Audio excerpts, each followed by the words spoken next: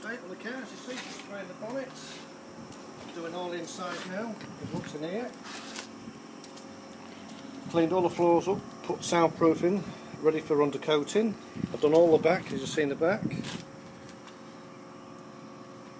So yes, it's getting there. Close to finishing. Hang the tailgate on to make sure it's all works. I had to make some shims on that side there because I had to use 4 on that side, and I used a bit of aluminium on that to make some shims for it. So now I've got it just spot on now. It shows perfect. Just doing a bit of tidying round on here because the finish on from the factory wasn't very good, and especially under there as well. It's just welded. I've got that to sort out underneath there, make it more tidier. That's about it. And I'm just going to tidy these wheel arches where they come from the Jaguar factory. They didn't trim off very well around here, so I'm going to tidy them up as well under there.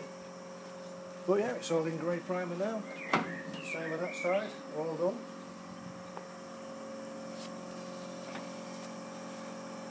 And the bonnets, I've finished the bonnet completely. I've finished bonding the last of the parts in, as you can see. And I took these back out and I put it's coloured because I'm going to have it gunmetal grey. I put the paint behind it, so if these ever move, the colour's always going to be behind them.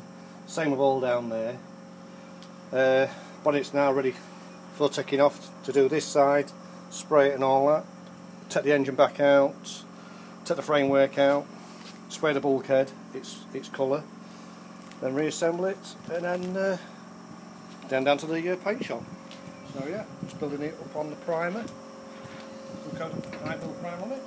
So yeah, it's just about nearly done. I'm looking at probably about another month maybe. I should have it down at the spray booth. So yeah, thank you for watching.